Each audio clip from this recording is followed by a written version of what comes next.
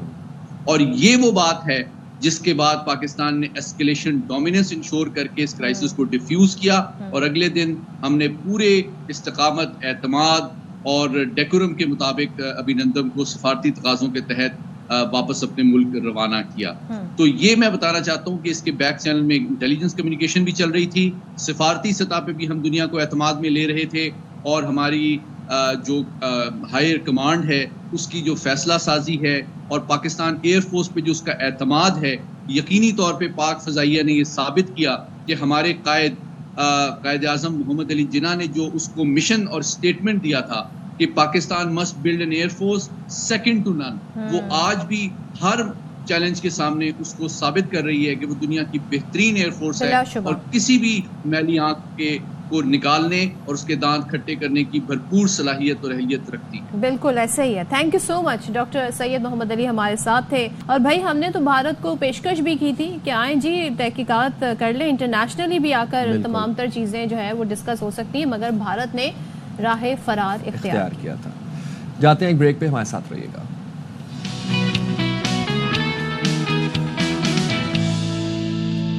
چلیں جی اب بات کرتے ہیں کل کا جو میچ تھا, انتہائی امپورٹنٹ میچ افغانستان اور انگلینڈ کے درمیان, اور میرے خیال میں 99% لوگوں کا یہ خیال تھا کہ انگلینڈ یہ میچ جیت جائے گا, لیکن ایسا ہوا نہیں, اور سرپرائز کر دیا افغانستان نے انگلینڈ کو بھی اور اس ٹورنامنٹ میں موجود تمام ٹیموں کو. اور چیمپئنز ٹرافی کا گروپ بی کا یہ اہم میچ تھا. افغانستان نے جی پہلے بیٹنگ کی, اور انگلینڈ کو پہلے تو ہم آپ کو بتا دیں جی ریزلٹ کیا ہو, 8 رن سے ہرا دیا. 8 رن سے ہارنے کا مطلب ہے کہ مقابلہ بڑا خوب ہوا ہوگا. تو سنسنی خیزی مقابلہ ہوا. انگلینڈ کا سیمی فائنل کا جو ایک سفر ہے, سیمی فائنل کی دوڑ کا جو سفر ہے, اس میچ کی وجہ سے وہ ختم ہو گیا ہے. تو افغانستان نے پہلے بیٹنگ کی, 7 وکٹوں کے نقصان پر 325 رنز اسکور کیے, اور ان کے جو اوپنر ہیں ابراہیم زدران, انہوں نے جی انگلش بولرز کو کی چلنے نہ دی. ان کے جو کہتے ہیں نا, جو انہوں نے داؤ پیچ آزمانے تھے سب حربے ناکام ہو گئے. شاندار بیٹنگ کی, اور انہوں نے جو کہتے ہیں نا رنز اسکور کیے, 177 رنز انہوں نے اسکور کیے, اور چیمپئنز ٹرافی میں اب تک جنہوں نے سینچری بنائی ہے یہ ان میں شامل ہو گئے. لیکن سب سے زیادہ اسکور بنانے والے انڈیویجول کھلاڑی بھی چیمپئنز ٹرافی کے بن گئے ہیں. تو ابراہیم نے 177 رنز کی شاندار اننگز کھیلی, جس میں 12 چوکے اور 6 چھکے شامل ہیں. ذرا ان کی بیٹنگ دیکھتے ہیں, کیا زبردست بیٹنگ کی انہوں نے. Hit that really hard, and that's another boundary. Boy, he flashed really. There we go. That's a beautiful strike down the ground. All the way. Dragged over mid-on. He didn't get all of it. Oh, lovely check drive straight back over Overton's head. So 146 balls انہوں نے face کی, 177 runs بنائے. کیا ہی بات ہے. اسی طریقے سے ہم دیکھتے ہیں حشمت اللہ جو ہے انہوں نے 40 بنائے, اور عمر زئی جو ہے انہوں نے 41 بنائے, محمد نبی نے 40. تو اس طرح 325 رنز بنا کے 326 کا ٹارگٹ دیا گیا انگلینڈ کو. اور انگلینڈ کی طرف سے ہم دیکھ لیتے ہیں, جوفرا آرچر نے جی 3 وکٹیں لی ہیں, اور ساتھ ہی 2 وکٹ لی ہیں لائم لیونگسٹون نے, اور 1 وکٹ لی ہے اووربورن اور عادل رشید نے, اوورٹرن اور عادل رشید نے. تو یہ جی انگلینڈ کی طرف سے سائیڈ رہی بیٹنگ کی, اور انگلینڈ یہ میچ جو ہے وہ نہیں جیت سکا. اور کاش کہ ہماری ٹیم بھی ایسے کھیل پاتی. ویسے صدف کیا کہنا ہے آپ کا اس بارے میں؟ بابر نے اگر 6 چھکے اور چوکے, سینچری ہی نہیں بنائی نا. جو میکسیمم اسکور کچھ دل کا تھا وہ آئی گیس 62 تھا, آئی گیس 62 تھا میرے خیال میں, وہ ہائیسٹ تھا. اور ساتھ ہی ذرا کہتے ہیں نا انگلینڈ نے کوشش تو کی لیکن کامیابی حاصل نہیں ہو سکی, باوجود اس کے کہ جو روٹ نے 120 رنز کی اننگ جو ہے وہ کھیلی. اور اب ہم اپنی ٹیم کی بات کر ہی رہے تھے, ان کی پرفارمنس کی بات کر ہی رہے تھے, تو یہ بھی بتا دیں آپ کو کہ چیمپئنز ٹرافی میں آج پاکستان اور بنگلہ دیش کا آخری میچ ہے. دونوں ٹیمیں سیمی فائنل کی دوڑ سے پہلے ہی باہر ہو چکی ہیں. آج کا ٹاکرا بس ایک طرح سے رسمی ہے, فارمیلٹی کے طور پر آج کا میچ ہوگا. قومی ٹیم کی انتہائی خراب کارکردگی پر تجزیہ کار, سابق پلیئرز اور عوام شدید غصے میں ہیں, اور ٹیم میں بھی بڑی سرجری کا مطالبہ کیا جا رہا ہے. لیکن ہیڈ کوچ عاقب جاوید نے شرمندہ ہونے کے بجائے ٹیم سلیکشن کا بھرپور دفاع کیا. عاقب جاوید کہتے ہیں کہ ٹیم سلیکشن بالکل درست تھی, اور چیمپئنز ٹرافی کے لیے اس سے بہتر ٹیم نہیں بنائی جا سکتی. مزید انہوں نے کیا کہا آپ کو سنواتے ہیں. جب ہیڈ کوچ ایسی باتیں کریں گے تو پھر ہم کیا ایکسپیکٹ کریں, کس تبدیلی کی ایکسپیکٹیشن رکھیں. چلیں اس پہ بھی بات کریں گے, لیکن سب سے پہلے جو کل جو میچ ہوا ہے اس پہ بات کرتے ہیں. ہمارے ساتھ موجود ہیں جی اس میچ پر تجزیے کے لیے کامران اکمل, کسی تعارف کے محتاج نہیں ہے, پاکستان کے مائع ناز کھلاڑی. کامران, آپ کی طرف آتی ہوں. آپ کی بھی پریڈکشن میں نے دیکھی تھی, آپ نے بھی کہا تھا جی انگلینڈ یہ میچ جیت جائے گا. سو کتنی حیرانی ہوئی کل افغانستان کی پرفارمنس دیکھ کے؟ دیکھیے حیرانی تو نہیں ہے مجھے, ان کی کرکٹ کا جو سسٹم ہے بڑا زبردست ہے, پروگریس بڑی زبردست, ان کی ڈے بائی ڈے بہتر ہوتی جا رہی ہے. آپ دیکھیں 2023 ورلڈ کپ میں بڑی ٹیموں سے میچ جیتے ہیں, اور یہ ان کی میرے خیال سے محنت ہے, جو ان کا سسٹم ہے, جو پروسیس ہے, اس کی وجہ سے وہ کامیاب ہوتے جا رہے, بڑی ٹیموں سے جیت رہے ہیں. بس یہی وجہ, اور دلیری کے ساتھ کھیلتے ہیں, کلیئرٹی کے ساتھ کھیلتے ہیں, اور سب سے اچھی جو چیز ہے گیم اویئرنیس, کیسے میچ کو لے کے جانا, انڈر پریشر آتے ہیں. آؤٹ بھی ہوئے ہیں 37 ہو گئے ہیں, لیکن اس کے باوجود 325 رنز بنانا کوئی آسان کام نہیں ہے. اس میں ڈیفینیٹلی کریڈٹ دینا چاہیے ابراہیم زادران کو, آؤٹ اسٹینڈنگ رننگ, اور مزہ آیا. آپ بار بار دیکھتے ہیں ایسی بیٹنگ, جب انڈر پریشر ایسی بیٹنگ ہوتی ہے. کپتان نے حشمت اللہ شہیدی نے جیسے 40 رنز بنائے ہیں, 40 عظمت اللہ عمر نے جیسے بنائی ہے 40, پھر نبی نے دیکھیں کنٹریبیوٹ کیا, رسپانسبلٹی لی ہے, پریشر سے نکلے. ایک میچ برے طریقے سے آ رہے ہیں, بڑا اسٹرانگلی کم بیک کیا, اور اتنی زبردست کرکٹ کھیلی ہے. تو فل کریڈٹ دینا چاہیے افغانستان کی ٹیم کو. میرے خیال سے ٹیم آن پیپر دیکھیں, انگلینڈ نو ڈاؤٹ بہت بڑی ٹیم ہے, لیکن وہ اپنی غلطیوں سے سیکھتے نہیں آ رہے. وہ ان کے پاس ہر وسائل سب کچھ ہے, فیسلٹی ہے, سسٹم ہے ایک اسٹرانگ, لیکن آپ سم ٹائم کرکٹ کو رسپیکٹ دینی پڑتی ہے. آپ گیم پلان اچھا بنانا پڑتا ہے, ایک ٹائپ کی کرکٹ نہیں کھیل سکتے آپ, کنڈیشن ڈفرینٹ ہوتی ہے. تو وہی وجہ جو انگلینڈ ٹیم کے ساتھ چلتی ہوئی آ رہی ہے پچھلے 6-7 میچوں میں. اچھا کامران بھائی, ہیڈ کوچ عاقب جاوید کا بھی ہم ان کی پریس کانفرنس سنا رہے تھے. اچھا جی انگلینڈ کی اور اس افغانستان سے کر لوں, پھر ذرا ہیڈ کوچ پہ بات کرتے ہیں. کامران یہ بتائیے گا, ہم افغانستان کو کہتے ہیں نا کرکٹ کی طرف ایک طریقے سے لانے کے لیے سکھانے والے ہم, انہوں نے ماڈرن ڈے کرکٹ اپنا لی, اور ہم ابھی تک جی وہ 1 رن سنگل ڈبل ہم یہ بھی نہیں کر پاتے ہیں. کتنی ڈاٹ بالز ہیں, اس کے بھی ہم نے سینچری ہم نے اس میں بنا لی, ہمارے کسی کھلاڑی نے انڈیویجول سینچری نہ اسکور کی. تو اب اگر آپ ان کی بالنگ بھی دیکھیں, یہاں پر کنڈیشنز کی بڑی بات کی جاتی ہے, اسپن اٹیک کی بڑی بات کی جاتی ہے.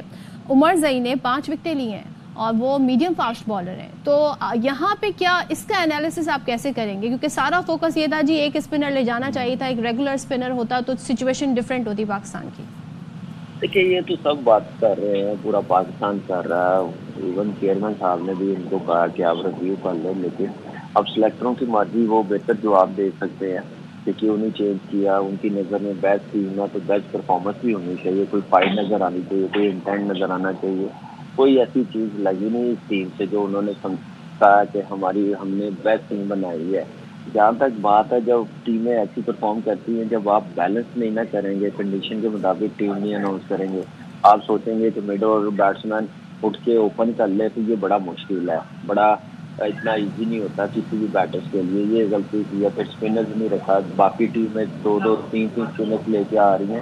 انڈیا نے تو 5 اسپنرز رکھے ہیں, ٹھیک ہے انہوں نے دبئی میں کھیلنا ہے, دبئی میں اسپنرز کام کرتے ہیں, لیکن ہم لوگ ایشیا میں چیمپئنز ٹرافی ہو رہی ہے پاکستان میں, جہاں پہ آپ کو مڈل پارٹ اسپنرز کا بڑا ضروری ہوتا ہے, آؤٹ کر کے دیتے ہیں, کنٹین کر کے دیتے ہیں. وہ مسنگ تھا ہمارے لیے. بال تو کر لیتے تھے, لیکن جب تک آؤٹ نہیں کریں گے مڈل میں تو ٹیمیں انڈر پریشر نہیں آئیں گی. وہ دیکھیں ہم لوگ مڈل میں آ کے کیسے میچ کا مومنٹم لوز کر دیتے تھے, تو یہی وجہ رہی ہے. لیکن اب عمر زئی نے جیسے بولنگ کی ہے, دیکھیں یہ وہ آل راؤنڈر بن رہا ہے جو ہم نے دیکھا ہاردک پانڈیا کو, جیسے بالنگ آئے تو بالنگ پوری زبردست دے رہے ہیں, بیٹنگ آتی ہے تو بیٹنگ بھی اس انٹینٹ کے ساتھ بڑی کلیئرٹی کے ساتھ کرتا ہے, دلیری ہے, گیم اویئرنیس ہے, یہ ساری چیزیں ہیں. لیکن ہم لوگ اس طرف اس لیے نہیں جا رہے کہ ہم لوگ اپنے آل راؤنڈر کھلاتے ہیں, آتے ہیں تو ایک دم سے غائب ہو جاتے ہیں. جیسے عامر جمال آیا آسٹریلیا ٹور کے بعد, اس کو ہم نے موقع نہیں دیا, کھلایا نہیں, ایکسپیرینس نہیں دیا. ہاردک پانڈیا جب شروع میں آیا تھا نا, تو میں آپ کو سب آنیسٹلی بتاؤں, اس سے بال نہیں ہوتی تھی, وہ اتنی وائڈیں کرتا تھا, اتنا ایکسٹرا رن دیتا تھا, لیکن یہ ہے کہ اس کو کھلا کے آج دیکھ لیں 11 کی ٹیم بنائیں انڈیا کی, اس کے بغیر نہیں بن سکتی. ایسا اس نے اپنے آپ کو ڈیولپ کیا, ایسا میچ ونر آل راؤنڈر بنا ہے. اسی لائن کا یہ عظمت اللہ عمر رہی ہے, جیسے یہ کھیلتا ہوا آ رہا ہے, O D I cricket of the year بھی ہوا ہے, تو بڑا زبردست آل راؤنڈر. آپ دیکھیں رنس بھی کیے ہیں, 5 آؤٹ بھی کیے ہیں, ٹیم کو جتوا کے دیا ہے. ابراہیم زادران نے جیسے 177 رن چیمپئنز ٹرافی ہسٹری کے سب سے زیادہ رنز اس نے بنا لیے ہیں, ہائیسٹ اسکور بنا دیا ہے. یہ ان کی محنت اور سیکریفائز ہے. جن حالات سے وہ نکلے ہیں, ان کے ملک میں دیکھیں کیا حالات تھے عوام کے, لیکن محنت نہیں انہوں نے چھوڑی, پروسیس نہیں چھوڑا, جس کی وجہ سے آج ان کی کرکٹ اوپر جاتی جا رہی ہے. ایز اے نیشن وہ سوچتے ہیں, کسی کی وہ اپنی ایگو میں رہ کے کام نہیں کرتے. ٹھیک ہے کامران بھائی, میں بات کر رہا تھا ہیڈ کوچ عاقب جاویدی, کیونکہ ان کے بیان میں مجھے بڑی تشویش ہوئی, اور وہ یہ مسئلہ تھا کہ وہ کہتے ہیں کہ ہم نے جو ہے وہ بہترین ٹیم کا انتخاب کیا ہے, ٹیم واز بیسٹ, اس سے زیادہ بہترین ٹیم کا انتخاب ہم نہیں سلیکٹ کر سکتے تھے, بہترین ٹیم. اور دوسری بات انہوں نے یہ کہی کہ بابر کے علاوہ اور کوئی آپشن نہیں ہے ہمارے پاس. آپشنز ہے تو آپ بتا دیں, تو آپ بتائیں آپشنز ہیں ہمارے پاس بابر کے علاوہ یا نہیں ہے؟ دیکھیں ہم بابر کو کیوں اتنا ڈسکس کرتے ہیں, کیا باقی 14-15 پلیئرز نہیں ہیں؟ ہم بابر کو ڈسکس کرتے ہیں, کیا 15 جو پلیئرز ہیں ان سب کا نام بابر ہی ہے؟ دیکھیے یہ بھی تو سوچنا چاہیے کہ بابر ہمارا بیسٹ پلیئر ہے, میچ ونر ہے, اس نے بڑا پاکستان کے لیے ڈیلیور کیا بڑے کم میچز میں, لیکن یہ غلط تاثر ہم دیتے ہیں کہ صرف ایک کو ڈسکس کریں. ہاں پرفارمنس 19-20 ہوتی ہے, فارم آتی نہیں ہے. جب ایسے پلیئرز کی فارم نہیں آتی تو وہ پھر قصور ہم لوگوں کا ایز اے مینجمنٹ, کہ ہم لوگ ان کو ریسٹ نہیں دیتے. ہم لیگ کرکٹ کی بھی اجازت دے دیتے ہیں, ہم لوگ انٹرنیشنل نیدرلینڈ آئے, ہالینڈ آئے, ان ٹیموں کے خلاف بھی کھلاتے ہیں.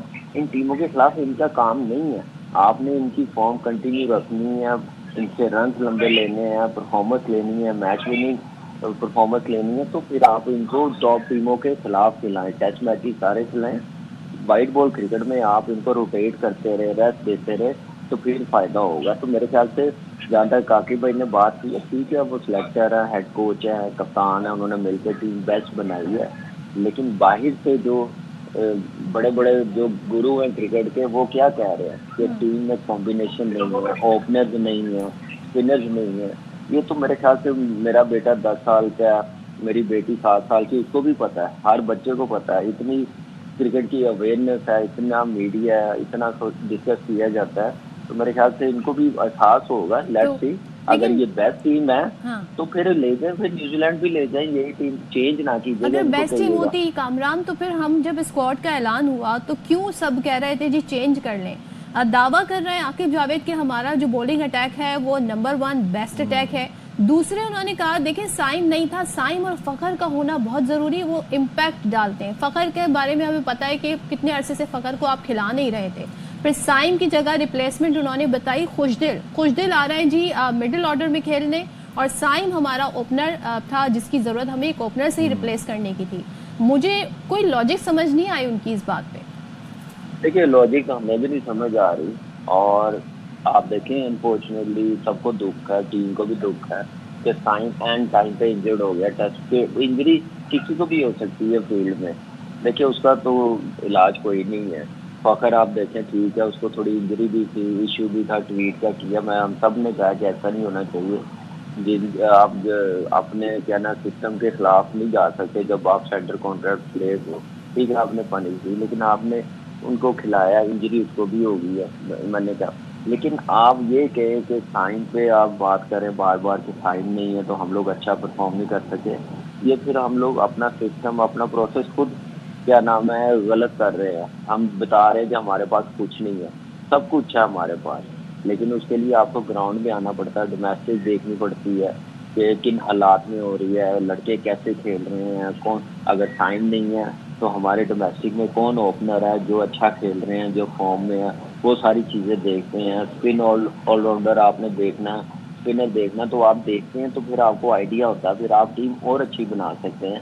انفارچونیٹلی اس سیزن میں نے نہیں دیکھا کہ کوئی آیا ہو. چلے یہ قائد اعظم ٹرافی چھوڑے, آپ یہ نہیں آیا, پیٹرن ٹرافی چھوڑے, نہیں آئے دیکھنے کے لیے.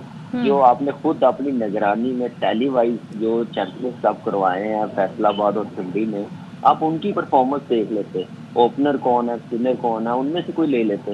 وہ تو آپ نے خود کروائے ہیں, بال ٹو بال آپ نے دیکھے ہیں, تو پھر بھی آپ کو اندازہ نہ ہو تو پھر اس کا مطلب ہے کہ آپ اپنے سسٹم کو بڑھنے نہیں دینا چاہ رہے, آپ پروسیس کو غلط کی طرف لے کے جا رہے ہیں, جس کا نقصان پاکستان کی کرکٹ میں ہو رہا ہے اور نظر بھی آ رہا ہے. یہی وجہ ہے. اور تھوڑا سا میرے خیال سے لڑکوں کو چاہیے یا مینجمنٹ کو چاہیے کہ ٹیم پاکستان کو سامنے رکھتے ہوئے بنائیں, اپنی ایگو میں نہ بنائیں, اور جو ٹوٹلی جو میرٹ ہے اس پہ ٹیم بنائیں گے تو ڈیفینیٹلی ٹیم بنائیں گے. اور اچھی بن سکتی. وہ یہ کہہ رہے ہیں کہ کیا میں ان سب کھلاڑیوں کو ریپلیس کر کے انڈر-19 کو لے آؤں؟ اب ہم تو سمجھ رہے ہیں جی جو بڑا آپریشن ہوگا, بڑی سرجری ہوگی تو اس کا مطلب بڑے بڑے نام بھی جائیں گے, مگر عاقب جاوید صاحب ہمیں نہیں نظر آتے اس چیز کو ریئلائز کرتے ہوئے. تو پھر تو ٹیم یہی رہے گی اور پاکستان میں اسی طرح کرکٹ کھیلتے رہیں گے. نہیں صدف دیکھیں, بالکل بڑے آپ ساری ٹیم انڈر-19 نہیں لا سکتے. صرف سمپل ہے کرائٹیریا, اگر فالو کرے پروسیس کو, پرفارمنس بیس. اگر پرفارمنس جس کی اچھی ہے اس کو لے کے جائے, اس کا انٹینٹ دیکھے کیا ٹیم کے لیے بہتر ہے تو ٹھیک ہے. اگر ٹیم کے لیے بہتر نہیں ہے تو پھر آپ کو اس کو فوراً چینج کرتے ہیں. آپ دیکھیں کئی ٹیموں نے اپنے پلیئر چینج کیے, وہ دیکھتے ہیں ہماری ٹیم کے لیے بہتر نہیں ہے, ٹھیک ہے وہ پرفارم کر رہا ہے, انٹینٹ نہیں ہے اور ٹیم کو فائدہ نہیں ہو رہا, تو پھر وہ دوسرے کو چانس دیتے ہیں. یہی چیزیں ہیں. آپ دیکھیں میں نے کہا نا لڑکے بہت ہیں, لیکن دیکھنا پڑے گا, تھوڑا سا ڈیسیژن لینا پڑے گا. یہ پلیئرز ہمارے بیسٹ ہیں, نو ڈاؤٹ ہماری فاسٹ بالنگ بڑی بیسٹ ہے, بڑا سرو کیا ہے انہوں نے, میچ بھی نہیں ہے, پیس ہے, لیکن ریسنٹلی ان کی فارم اتنی اچھی نہیں ہے کہ آپ کہہ سکیں کہ یہ بالکل ہی اچھے نہیں ہیں, یہ ایوریج ہے. آپ ان کو تھوڑا ریسٹ دیں, بھیجیں ڈومیسٹک کرکٹ میں, جب ورک لوڈ ان کا مینیج کریں, لے کے آئیں واپس, تو ڈیفینیٹلی وہ فارم میں آئیں گے. ہمارے بیسٹ بولر ہیں, لیکن اس کے لیے آپ کو ایک پروسیس بنانا پڑتا ہے کہ ان کو ہم نے چلانا کیسے. آج بمراہ کیوں نمبر 1 ہے, آج کمنس کیوں میچ ونر ہے. آپ دیکھیں ابھی ان کے 100 ون ڈے نہیں ہوئے, 10 15 سال سے آسٹریلین ٹیم میں کھیل رہے ہیں, کیونکہ ان کو پتہ ہے کہ ٹیسٹ کرکٹ میں ویلیو زیادہ ہے. ٹیسٹ کرکٹ کھیلنے سے گریٹ پلیئر بنتے ہیں, لیج بنتے ہیں. تو وہ آپ دیکھیں کہ ان وائٹ بال کرکٹ بہت کم کھیلتے ہیں, آئی سی سی ایونٹ میں آتے ہیں کھیلتے ہیں. جو روٹ دیکھیں صرف آئی سی سی ایونٹ میں آتا ہے اور پرفارم کیسے کرتا ہے. تو آپ نے اگر اپنے گریٹ پلیئر بنانے ہیں, پرفارمنس لینی ہے, تو اپنے ان پلیئروں کو آپ ایسے یوٹیلائز کریں. یہ پلان ان کے لیے بنائیں, یہ نہیں کہ ہر ٹیم کے خلاف یہ کھیلیں تو پھر ہی تھوڑی انرجی لیول, پیس, پرفارمنس, ریدم, ساری چیزیں کم ہوں گی. تو یہ ساری چیزیں as a management, professional management آپ کرتے ہیں, آپ سسٹم کو الاؤ کرتے ہیں, آپ کا بورڈ ایسے کام کرتا ہے. لیکن انفارچونیٹلی میں بولوں گا, بیڈ لک ہی بولوں گا, نہ ہمارا بورڈ پروفیشنل ہے, نہ ہمارے سسٹم کو پروفیشنلی ڈیل کیا جا رہا ہے, نہ مینجمنٹ پروفیشنلی پلیئروں کو لے کے چل رہی ہے. بالکل. تھینک یو سو مچ. کامران اکبر ہمارے ساتھ تھے, اور ظاہر ہے سب چاہتے ہیں ٹیم کی بہتری, لیکن جنہیں اس سارے کام کو کرنا ہے, بہتری لانی ہے, ان کے اندر یہ ریئلائزیشن نہیں ہے. ہیڈ کوچ کی گفتگو کی بات تو یہی سم اپ کیا جا سکتا ہے. یہ بات ہے. یہاں پر ہم بریک لے رہے ہیں, بریک کے بعد واپس آتے ہیں.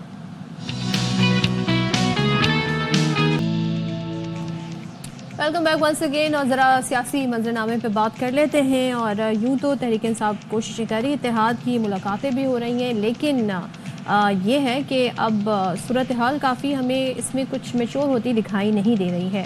اپوزیشن نے قومی کانفرنس کے انعقاد کا کیا ہے, جس سے خطاب میں شاہد خاقان عباسی نے کہا کہ آئین کا لفظ حکومت کے لیے خوف کا باعث بن گیا ہے, اور دکھ کی بات ہے کہ جمہوریت کے دائی آج اقتدار کے دائی ہیں. اچھا, اس موقع پر عمر ایوب کہتے ہیں کہ اگر اب اپوزیشن کو روکا تو پھر ہم عدالت کے دروازے پر دستک دیں گے. اور محمود خان اچکزئی کہتے ہیں کہ ہم بھی اب یہ آگے لے کر معاملات چلیں گے. ذرا سن لیتے ہیں کیا فرما رہے تھے. اور دوسری طرف پیپلز پارٹی کے ارکان پنجاب اسمبلی جو ہیں وہ خفا نظر آتے ہیں. انہوں نے صدر آصف علی زرداری کو شکایات کے انبار لگا دیے ہیں. وہ یہ کہتے ہیں کہ جی بیوروکریسی ہماری بات نہیں سنتی, اور بجٹ کے حوالے سے بھی ان کو شکایات ہیں. اور پی پی اراکین نے یہ بھی کہا ہے کہ پنجاب میں کسانوں کی کوئی نہیں سنتا, لیکن اربوں روپے کے ہارس اینڈ کیٹل شو پر پیسے لگا دیے جاتے ہیں. صدر آصف علی زرداری نے ڈھیر سارے شکایات سننے کے بعد کہا کہ تحفظات جائز ہیں, جنہیں جلد حل کروایا جائے گا. صدر مملکت نے یقین دہانی کرائی کہ اب وہ خود اور بلاول بھٹو پنجاب میں بیٹھیں گے, وچ مینس کہ صدر مملکت اور بلاول بھٹو اب ہمیں پنجاب میں, لاہور میں نظر آئیں گے. بالکل. اور بھائی یہ تو بڑی سچویشن کیا ہوگی, ذرا جان لیتے ہیں, بات کر لیتے ہیں. ہمارے ساتھ ساموارو چیف خاور گمن موجود ہیں. Khawar, thank you so much, good morning to you. ذرا بتائیے گا, ایک تو یہ جو ہم نے دیکھا کہ باقاعدہ طور پر اتحاد کی باتیں ہو رہی ہیں, لیکن جس طرح کا ماضی میں ایک رویہ رہا ہے تحریک انصاف کا, اور خود مولانا صاحب کی جماعت کے خلاف جس طرح کی لینگویج بھی رہی ہے, ایک تو الائنس اگر تو ہوا نیچرل ہوگا، پہلے تو یہ اس کے آثار دکھ نہیں رہے، ورنہ ابھی تک کچھ ہمیں صورتحال دکھتی. یہ جو کل ساری بیٹھک لگی ہے اس پہ کیا تبصرہ آپ کا؟ دیکھیں پہلا سوال کہ یہ جو سیاسی جماعتیں اس وقت اپوزیشن اتحاد کے اندر شامل ہو رہی ہیں، ایک متفقہ جو بھی ان کا لائے عمل ہوگا، جو آبجیکٹو یہ حاصل کرنا چاہ رہے ہیں، اس کے اوپر یہ آ جائیں گی. یہ بڑا اہم سوال ہے، کیونکہ بالکل آپ نے صحیح بات کی کہ ماضی کے اندر ان کے کافی زیادہ ایک دوسرے کے خلاف ظاہر ہے کنسرنز رہے ہیں، ایک دوسرے کے خلاف کافی سخت زبان بھی انہوں نے استعمال کی ہے. اس کا کاؤنٹر آرگومنٹ یہ آ جاتا ہے ہمارے ذہن میں کہ سیاست کے اندر آپ کو پتہ ہے week is a long time. Pakistan Peoples Party اور پاکستان مسلم لیگ نون، آپ کو یاد ہوگا مشہور زمانہ، وہ سڑکوں کے اوپر گھسیٹنا اور اس طرح کے سخت بیانات وہ دیتے رہے. لیکن جب سیاست میں نظر آیا کہ جی اب ساتھ مل کے چلنا ہے تو وہ آگے بڑھے. یہاں پہ جو میری نظر میں سب سے زیادہ ایشو نظر آ رہا ہے وہ یہ ہے کہ پاکستان تحریک انصاف نے کافی کوشش کی کہ وہ سولو فلائٹ کریں، اور اس کے بعد ان کو لگا ہے کہ شاید اس طرح ان کو کامیابی اس میں نہیں مل رہی، تو اب وہ کوشش کر رہے ہیں باقی سیاسی جماعتوں کو اپنے ساتھ لانے کی. لیکن چند ہی دن پہلے ہم نے دیکھا کہ جب چیف جسٹس صاحب کی طرف سے انوائٹ آئی کہ اپوزیشن کے لوگ آئیں، تو لیڈر دا اپوزیشن اس میں ظاہر عمر ایوب صاحب سے، تو وہ صرف اپنے ہی لوگوں کو لے کے چلے گئے چیف جسٹس ہاؤس. اگر باقی سیاسی جماعتوں کے لوگوں کو جو کہ اپوزیشن بینچز کے اوپر بیٹھے ہیں ان کو ساتھ لے کے چلے جاتے تو بہت ایک مناسب لگتا. ابھی بھی مجھے لگتا ہے کہ مولانا فضل الرحمان صاحب ہوں، شاہد خاقان عباسی صاحب ہوں، اچکزئی صاحب ہوں، یا باقی اور اپوزیشن کی جماعتیں، وہ بظاہر ہمیں لگ رہی ہیں کہ ان کے ساتھ وہ چلنے کی کوشش کر رہے ہیں پاکستان تحریک انصاف کے ساتھ. لیکن وہ ایک اسکیپٹیکل ویو ابھی بھی ان کا ہے اس انداز سے. وہ مطلب وہ پر یقین نہیں ہے کہ کل کو کہیں کسی موقع کے اوپر اگر فرض کریں پاکستان تحریک انصاف سولو فلائٹ اگر کرنے کا فیصلہ کر لیتی ہے، یا وہ اس حوالے سے وہ سوچ سکتے ہیں، تو ان کے لیے کیا ممکن ہوگا ساتھ چلنا یا کیا کریں گے. میرے خیال میں وہ جو ایک اعتماد کی بحالی ہے اس میں ابھی کمی ہے، اس میں وقت لگے گا.